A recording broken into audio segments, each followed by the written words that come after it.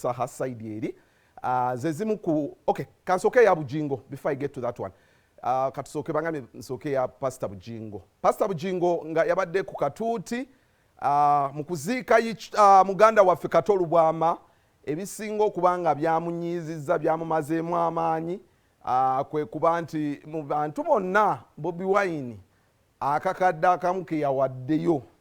This became a factor.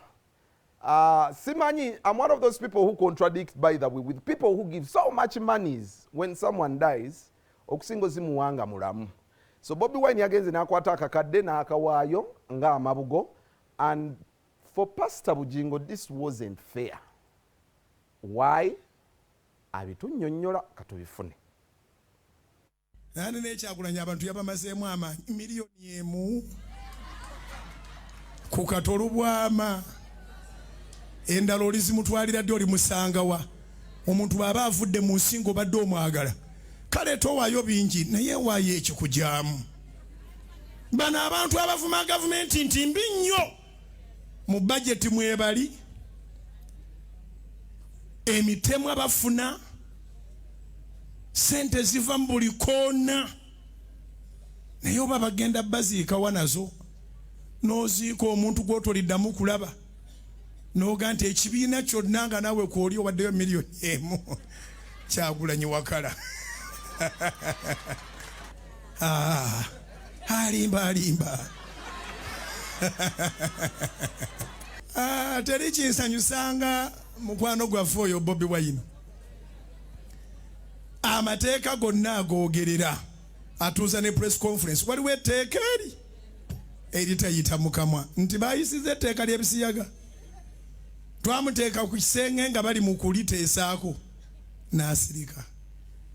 Twabadde mu lumbe lwa Katolu Bwama n'agamba nti abavubuka abayimbi mu kitegeere tono omusajja tabaagala. Ne ngamba nti agenda kusiimako olumwe agambe wakiri nti abaagala yayisa etteeka baleme bayuza bubina. Muzeeyi baali bamanyi tajja disayidinga naye abakulu ab'opposition basirika bakola olukuŋŋaana awo nga lyakayita ne ngamba bagenda kulyogerako ne bateesa ku electoral forms na biki ne bavaawo nga balyerabidde. Nabadde manyi ku Katolu Bwama bagenda dijjukira.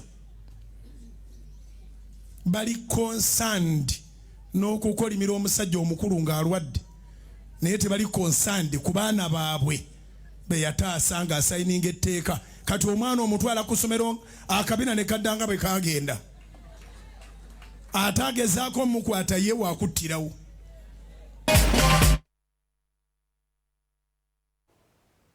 Okay, that's Paasita Bugingo.